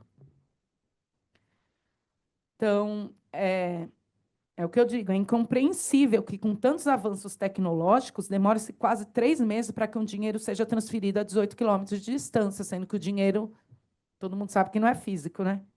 E, mais uma vez, nosso apelo para que as pessoas que têm o benefício da saidinha recebam dinheiro da passagem ou possam, ao menos, pegar o transporte público com o salvo-conduto, embora essa segunda opção possa ser mais estigmatizante. Porque é isso, essas pessoas saem sem nada. Quando sai com cheque, onde elas vão trocar o cheque? No Carandiru até dava para trocar o cheque. Mas no Butantã, o banco mais próximo é meia hora de caminhada. Imagina uma mulher que está há 12 anos presa, sem ver a rua, 12 anos. Elas saem tremendo, elas saem gaguejando, elas saem com medo de tudo. Elas estão num lugar que elas não fazem ideia de como elas chegaram, e aí elas ainda têm que procurar um banco, porque a secretaria não dá R$ 20 para elas pegarem o ônibus para voltar para casa. Se as pessoas estão sob tutela do Estado e a saída temporária é um direito, por que não tem essa volta custeada pelo Estado? E tem outras questões também, como, por exemplo, hoje a gente vê a multiplicação que se chama empreendedorismo carcerário, que as famílias acabam, como a vida delas acaba orbitando em torno da prisão, elas criam negócios, e tem o moda SAP, né, que é a moda presídio, que são as roupas que os presídios deixam entrar. Tem alguns presídios que têm umas proibições bem absurdas, que a gente entende apenas como um mero exercício de poder. Mas, dentre essas roupas que elas vendem, elas, eu digo porque, em geral, são mães e companheiras de pessoas que foram presas, é a própria roupa que a pessoa usa dentro do presídio. Mas não é o Estado que tem que fornecer? Mas as condições que o Estado fornece a essa roupa é tão degradante que as famílias ainda têm que comprar a roupa e mandar com jumbo a roupa que o Estado deveria fornecer. Por fim, o ministro citou, os exames criminológicos seguem atrasados, uma fila imensa que prolonga a pena, já que muitas pessoas deveriam estar ganhando a liberdade e ficam esperando. E aí o criminológico ele é feito antes da pessoa ir para o semiaberto, e aí ela ainda, depois que acaba a pena, ou cerca de 2 anos, assim, 3 anos, ela tem que fazer um novo criminológico, e esse criminológico não é feito porque tem uma fila imensa. Ou seja, o Estado tem mais uma forma de manter essas pessoas presas de prolongar essa pena utilizando uma das armas que, ao meu ver, é a burocracia. Referenciando o tema da mesa, entendemos que não é possível dignidade com restrição de liberdade. No entanto, na urgência da manutenção da vida, denunciamos tais violações com o objetivo de tornar um pouco mais compatível com a vida as condições das prisões. Encerro essa minha intervenção citando a geógrafa abolicionista estadunidense, ativista pelo fim das prisões. A liberdade é um lugar. E eu anotei algumas coisas aqui para reagir ao ministro, e praticamente todas em concordância, que essa política do encarceramento em massa, ela vem a partir da Lei de Drogas de 2006, assinada pelo nosso presidente Lula, ou seja, o punitivismo no Brasil ele não tem esquerda ou direita. Basta olhar o que está acontecendo, a PM que mais mata no Brasil hoje é a PM do governador Jerônimo, que é um governador do PT na Bahia. E quando a gente fala em desencarcerar, as pessoas ficam muito assustadas. Assim, é muito difícil imaginar um mundo sem prisões. Mas já existiu esse mundo. É bastante possível. Então, assim, como passos, a gente pode falar, também o ministro citou isso, houve agora a resolução de descriminalizar, né, o uso, o porte de maconha, 40 gramas, e aí teria um mutirão de desencarceramento aí em curso, mas está muito lento, para desencarcerar as pessoas que foram presas com menos de 40 gramas de maconha. E a gente também vê isso que o ministro falou, dos crimes de menor potencial ofensivo, que poderiam também ser desencarcerados e ser colocados em outras formas de, não vou dizer punição, mas de resolução, de tentativa de colocar essas pessoas de novo para circular como pessoas sem esse rótulo de ex-presidiárias. Minha discordância ela vai na questão de ser um despreparo da justiça, e eu acredito que isso seja um projeto mesmo de gestão dos corpos, predominantemente os corpos negros e periféricos. E aí a gente vê também, em questão da droga, o ministro falou do metanol, por que tem esse olhar de preocupação de saúde pública com o uso da droga álcool e o metanol, e não tem com o uso de outras drogas? Né? Porque a gente ainda tem um olhar muito moralizante em relação a outras drogas, inclusive maconha, que é uma planta. Né? No nosso grupo de estudos da USP, orientado pela professora Vera Teles, a gente está se debruçando sobre as tramas institucionais e a maquinaria punitiva. Então, a partir de pequenos casos, vai sair esse dossiê até o começo do ano, que uma colega, Paula Pagliari, ela diz no artigo dela, ela faz um rastro de como alguém que roubou um pedaço de queijo vai parar no STF. Porque é isso.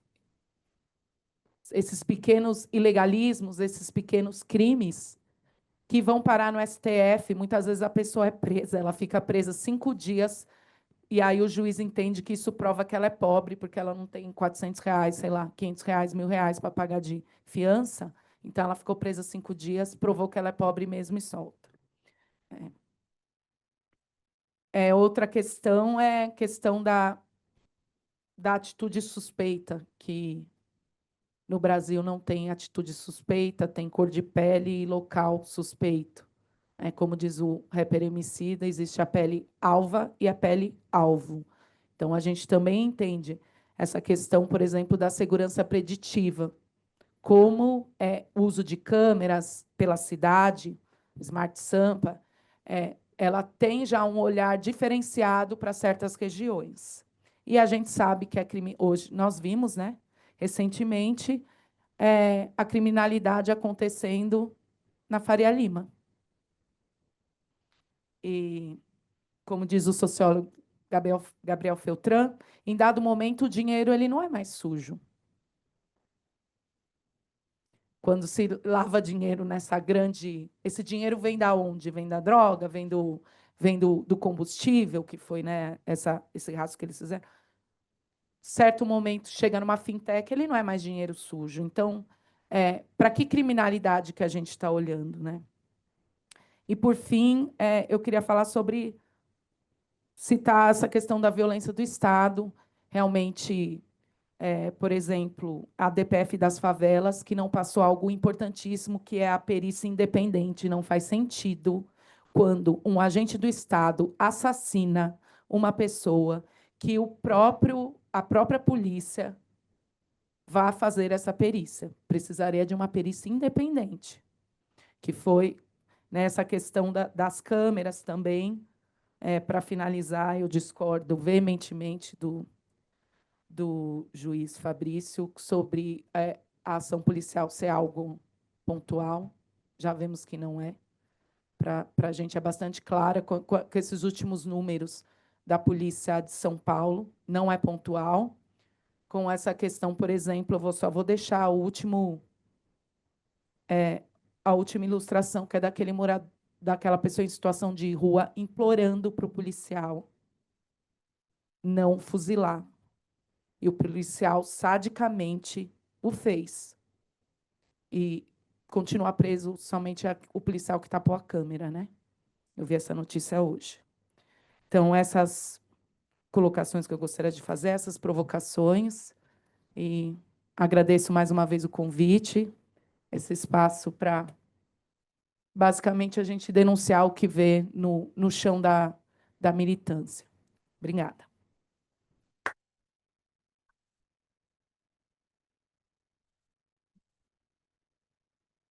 Muito obrigado. Muito obrigado, Flávia. Foi muito bom te ouvir. Eu acho que também todos aqui. Eu fiquei, soube, né, agora por você de fatos e eventos realmente chocantes, né? E até você citou Foucault, né? A gente acaba até pensando, né, como que numa sociedade de controle, que tem controle total, que nós vivemos, ter algo como presídios mostra uma certa falência do próprio sistema de controle que foi montado. Algo está muito podre dentro, né, de uma estrutura que se permite ela mesma falida, enquanto uma proposta de tentar, de alguma maneira, trabalhar esse ser humano aí, que se perdeu dentro da própria estrutura aí, né? Então, com a palavra o ministro Sebastião Reis sobre essas considerações dos debatedores. Não, eu acho como eu disse logo no início, é um problema que nós enfrentamos, é um problema muito complexo, né? Nós vamos ter uma dificuldade de achar a sua origem. A sua origem vem ao longo dos anos, cada vez com um novo viés, alguma nova circunstância, e as soluções são soluções. Quem dera a gente tivesse uma varinha de condão para dar uma solução única. O doutor Fabrício acabou concordando, por mais que eu tenha falado em fazer um contraponto, mas com algumas observações que eu fiz. Ou seja, quando o senhor falou da dificuldade da polícia no interior, ou seja, é a falta de estrutura, né, que a gente sabe muito bem disso. O senhor citou o exemplo do maior controle. É evidente, eu tenho uma dificuldade, eu acho que o problema da tornozeleira, do monitoramento, você não tem um controle efetivo de saber onde a pessoa está. Porque o monitoramento não passa único exclusivamente por entregar aquela tornozeleira. É monitorar realmente, é efetivo isso. Então, são problemas que acontecem e que nós temos hoje. É muito mais barato, acredito eu, para o Estado montar um sistema efetivo de controle de monitoramento de que gastar dinheiro com presídio para determinados tipos de crime. Eu faço essa leitura, né? Eu vou discordar realmente dessa questão da atuação policial, porque quando o Supremo Tribunal Federal, naquele processo que o relator foi o ministro Fachin, firmou a tese sobre a necessidade de um critério objetivo para justificar as buscas pessoais, as buscas veiculares, etc., um dos dados que ele utilizou foi um dado daqui de São Paulo, em que no ano em que tiveram mais de 1 milhão de baculejos, esses baculejos resultaram achados em 100 mil situações. Ou seja, acho que não foi nada. Foi, na verdade, um número foi em 1% dos baculejos eles encontraram alguma coisa. Então aí fala assim, onde está o famoso tirocínio policial? Eles estão errando mais do que estão acertando, mas assim, errando muito mais do que estão acertando. E aí eu pergunto, porque é muito confortável para nós, vivemos uma situação extremamente privilegiada. Eu, graças a Deus, eu nunca sofri um baculejo. Eu acredito que nós todos aqui na mesa não tivemos essa situação. Agora, aquela pessoa que vive numa comunidade e todo dia sofre aquela situação, porque não é uma coisa pontual, aconteceu hoje e daqui a 5 anos, 10 anos vai acontecer de novo. Não, ela vai se submeter àquilo praticamente todos os dias. O que significa isso para a pessoa? Ela ter a idoneidade dela, a honestidade dela questionada todos os dias da vida dela. Eu tenho um livro que eu faço referência, principalmente quando eu falo sobre a questão do racismo estrutural, é de um conhecido meu aqui de São Paulo, que é fotógrafo, que ele adotou uma criança preta em uma determinada altura da vida. Ele é um empresário bem-sucedido, etc. Ele é com ascendência europeia. E ele, em uma determinada altura, ele começou a perceber o que o filho dele sofria, sentia, né? E ele fez um livro onde ele registrou conversas que ele teve com pessoas pretas. E é uma coisa impressionante. No livro ele faz, quando a pessoa chega, começa a conversar com ele, ele registra, tira uma fotografia dessa pessoa. Normalmente a pessoa está sorridente, alegre, feliz, e depois conversa meia hora, uma hora com essa pessoa começa a relatar tudo aquilo que ela já sofreu ao longo da vida, e depois ela apresenta, ele vai e registra novamente as pessoas. E a transformação é uma coisa assim de chocar. O livro traz não só esses registros, como alguns depoimentos. E um dos depoimentos que mais me incomodaram foi de uma menina preta, que é assistente social, dizendo que um dos momentos que mais marcou na vida, ela estava subindo a comunidade de moto, na garupa da moto da mãe, e ela foi parada, simplesmente do nada, para sofrer um baculejo. Então a pergunta é: tudo bem, agora, se eu tivesse que isso fosse alguma coisa realmente efetiva, que tivesse um impacto na criminalidade, no combate às drogas, que isso significasse uma repressão, uma diminuição no tráfico, eu posso até, assim, vamos lá, é um sacrifício pessoal.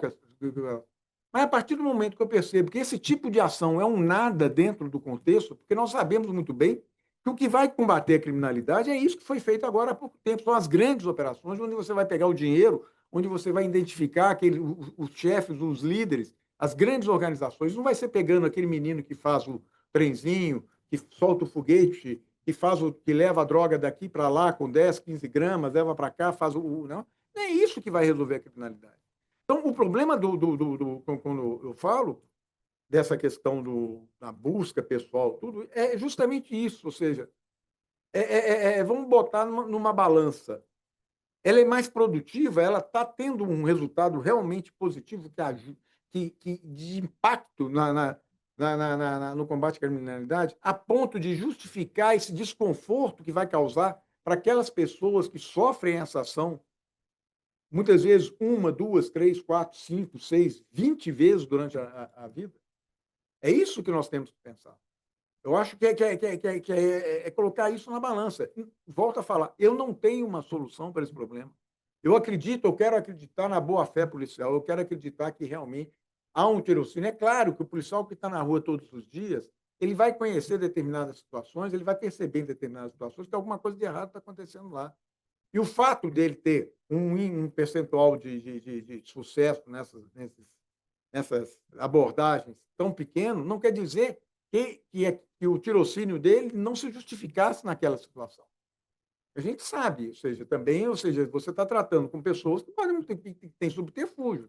Ela pode desaparecer com a droga, ela acabou de vender lá atrás, ou seja, uma série de situações. A gente sabe que isso pode acontecer. Mas o que eu acho só, e aí vai a pergunta, se ele tem essa boa-fé, por que não usar a câmara corporal? Por que a resistência do uso da câmara corporal? Porque ele vai registrar, ele vai justificar a suspeita dele lá. Ele está lá, eu estou registrando, realmente aquela cena é uma cena suspeita. Ele vai estar documentando, até para a própria preservação dele. Eu cito um exemplo, um caso que aconteceu em Brasília há muitos anos atrás, de uma blitz de trânsito, em que uma moça foi presa dirigindo embriagada. E ela foi presa, o carro foi apreendido, aquele negócio todo, e lá pela um determinado momento, ela xingando, batendo boca com o policial, ela se afastou, tinha uma parede, aquelas paredes, chapisco de cimento, e ela começou a bater a cabeça na parede. E no dia seguinte ela ofereceu uma denúncia dizendo que tinha sido agredida pelo policial e mostrando aquele negócio todo. A primeira repercussão, a força policial. Só que o que aconteceu? Não tinha câmera corporal, mas tinha gente com celular. E teve alguém que filmou ela batendo a cabeça na parede. Ou seja, se não fosse aquilo, o policial provavelmente ia estar numa situação complicada, ia ter que se justificar, não sei mais o quê. Mas estava registrado. Então, se a autoridade policial age sempre de boa fé, qual a dificuldade nessas situações de ele utilizar a câmara corporal? Eu não consigo entender essa resistência da câmara corporal. Né? Os grandes, os países mais desenvolvidos, todos usam. Então, é só essas ponderações que eu acho que nós temos que fazer. Eu não tive a oportunidade de participar de nenhum debate, nenhum encontro com a polícia, ou seja, eu vejo notícias, né, ou seja, aqueles depoimentos, policiais falando que pode inibir, pode criar dificuldade, inclusive, de represária depois, não sei, uma série de coisas que existem numa justificativa. Mas me preocupa, eu vejo isso, vários debates que nós nos deparamos hoje em dia, poderiam ser resolvidos de antemão com o registro daquela ocorrência. E isso eu estou falando, a pessoa, não, a autoridade policial fala, não, fui convidado a entrar dentro da casa. Convidado? Quem é que abre a porta à noite para a polícia entrar lá dentro? Não, pode olhar aqui, pode vir na casa, está à vontade, quer ir lá no quarto, quer ir no banheiro, quer não sei o quê. É difícil, realmente é muito difícil. No mundo que nós vivemos, eu confesso, se eu parar o meu carro do lado de uma viatura da polícia, eu não olho para o policial. Não vou olhar. Não sei a reação, não sei se ele vai achar que aquilo é uma atitude suspeita, vai ficar incomodado com o meu olhar. É isso que eu estou falando, eu me deparo com situações que atitude suspeita. Estava sentado, atitude suspeita. Está em pé, atitude suspeita. Está empinando papagaio, atitude suspeita.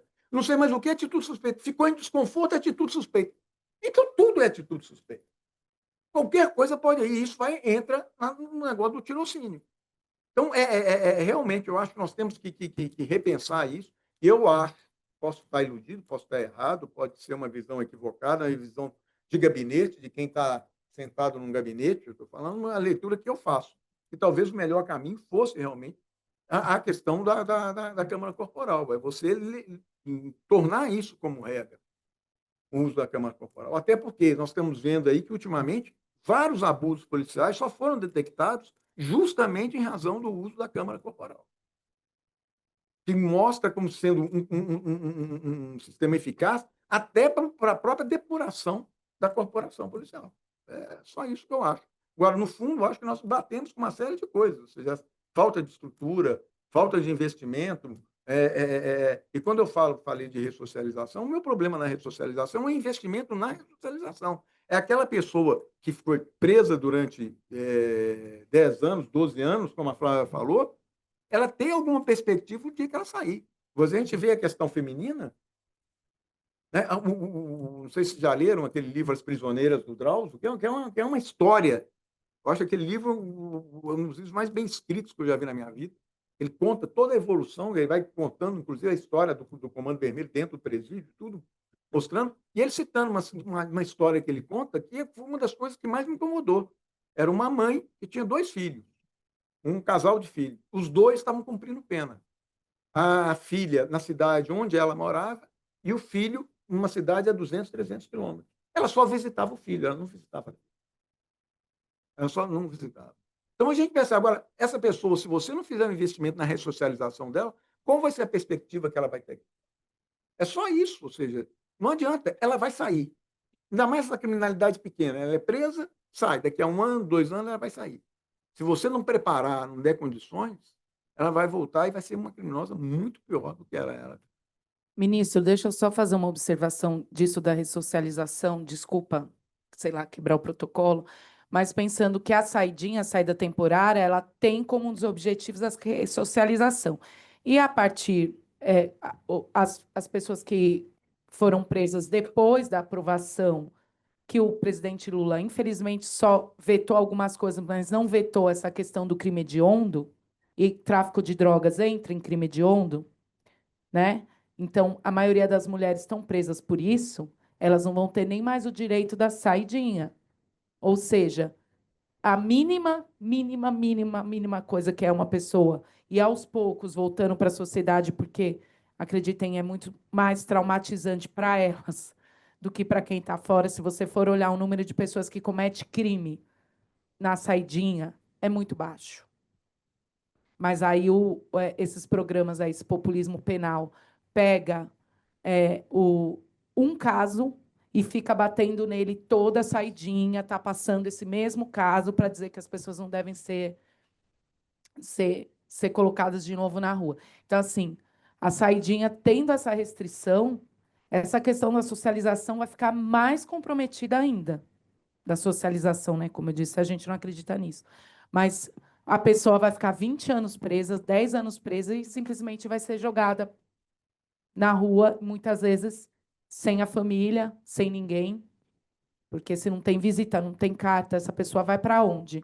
Quem que ela encontra quando ela sai? E aí o próprio sistema joga ela de volta nessa maquinaria punitiva e, muitas vezes, na reincidência. Porque, muitas vezes, a única rede que ela fez foi a rede ligada à criminalidade. E aí você vai culpar essa pessoa e vai dizer, tá vendo? Não devia ter saído. Professora, ministro, se me permite, eu também sou professor de Direito Penal aqui da PAP, e eu acompanho, só fiz alguns contrapontos, mas eu endosso as palavras do senhor, é mais para a questão do debate aqui. Mas é a pergunta que eu faço para os alunos de Direito Penal. Uma vez você coloca dentro do sistema prisional, você quer, como membro da sociedade, que a pessoa que lá entrou saia, no mínimo, igual ou melhor de lá. Se sair de pior, a gente está fazendo uma fábrica de piorar a sociedade. Então, sempre esse é um dos objetivos da prisão, né? Tem que sair, no mínimo, igual para melhor. Não é o que a gente observa mesmo. A pessoa entra lá com conforto, passa um tempo, já vai no roubo, já se une a organizações criminosas. Como o senhor bem pontuou, é isso mesmo que tem sido um problema no país, são as organizações criminosas. E a pessoa entra lá com delito médio ou menor e acaba se integrando até por uma questão de sobrevivência, como o senhor bem pontuou. Agora, só esclarecendo a nossa pesquisadora, a senhora falou de crimes de menor potencial ofensivo, essa é da minha competência aqui de São Paulo. São os crimes apenados que a pena máxima, a gente tem no preceito secundário da norma, a pena mínima é a pena máxima. Quando a pena máxima está no teto de 2 anos, é o que a gente considera como crimes de menor potencial ofensivo. É a vara que eu cuido aqui de São Paulo, são só 2 juízes para São Paulo inteiro. Então, essa é a vara. E a senhora falou, não devia ter prisão para crimes de menor potencial ofensivo. Então, eu falo de experiência própria da maior vara desse aspecto no país, que nós temos 8.000 casos e só um preso de 8.000 casos de crimes de menor potencial ofensivo. Então, isso não é o problema nosso de menor potencial ofensivo estar dentro de um presídio. Isso não temos esse tipo de problema, que os crimes de menor potencial ofensivo não cabe, em geral, prisão desse tipo.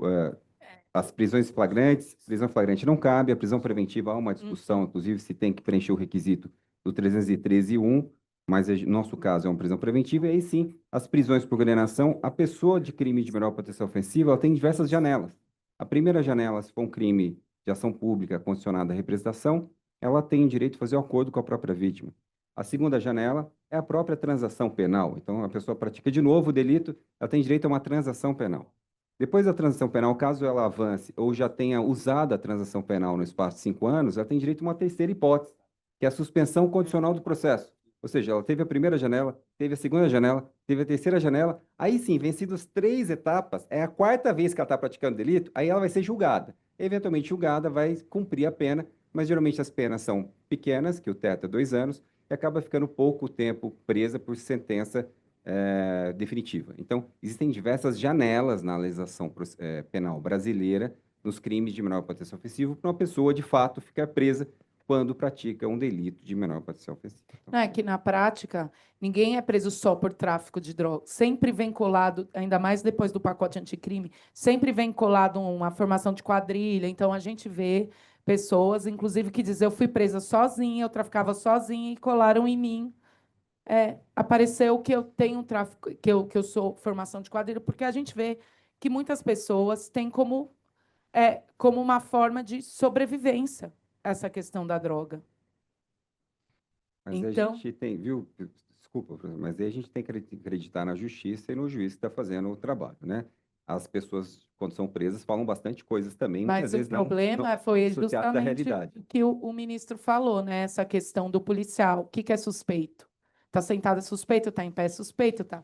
Como o ministro falou, empilando pipa é suspeito. Então, assim, essa fé somente na palavra do agente público, que esse é o grande problema dessa lei antidrogas de 2006, porque quem decide quem é traficante e quem não é o agente de segurança pública.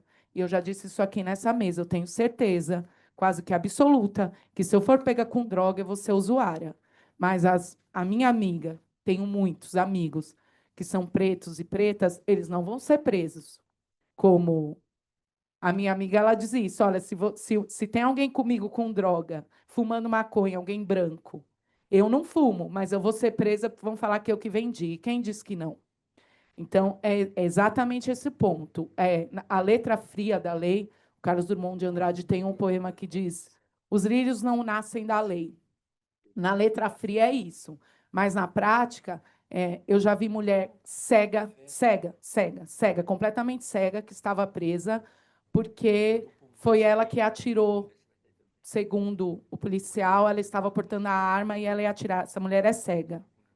Assim como a questão dos policiais, um dos casos que fez deflagrar esse olhar mais crítico em torno das operações no Guarujá, né, na Baixada Santista, foi que um dos homens que foi assassinado, que a polícia entrou na casa dele e assassinou ele. E aí tem esse argumento de que foi troca de tiro. Esse homem tinha tido um acidente e ele não tinha o movimento dos dedos de nenhuma das mãos. Ou seja, ele não poderia ter apertado um gatilho. E foi a partir daí que começou uma investigação sobre a ação dos policiais, porque até então dizer que foi troca de tiros é algo que está na... Eu não sou do direito, mas como eu participo desse grupo de estudos muito produtivo e muito atuante, e tenho colegas que são do direito e analisam processos, a narrativa comum dos policiais é que houve troca de tiros. Então, a questão é essa, né? Aqui eu não estou falando da letra fria da lei, eu estou falando de processos que a gente vê na prática, de coisas que a gente vê na prática. Então, como o Davi falou, vai se somando os crimes que são imputados a essa pessoa, e aí passa a ser um crime maior, e aí o potencial ofensivo aumenta, e essa pessoa está presa, inflando o nosso sistema carcerário. Bom, muito bom, né? Acredito que todos aqui gostamos e aprendemos, foi um aprendizado muito grande aqui hoje. Esse lado do judiciário, essa transparência que o ministro passou, é curioso, né? Nós que somos da área do direito, né? Ou refletimos em alguns temas, né, sobre o aspecto sociológico, a gente tem uma certa idealização. Então, muitas coisas que a gente fala sobre justiça, sobre sistemas, sobre de normas, a gente projeta como a gente acha que deveria ser do que como como são as coisas. Uma coisa é falar sobre a norma, o direito, o sistema, outra coisa é como ele tem funcionado, né?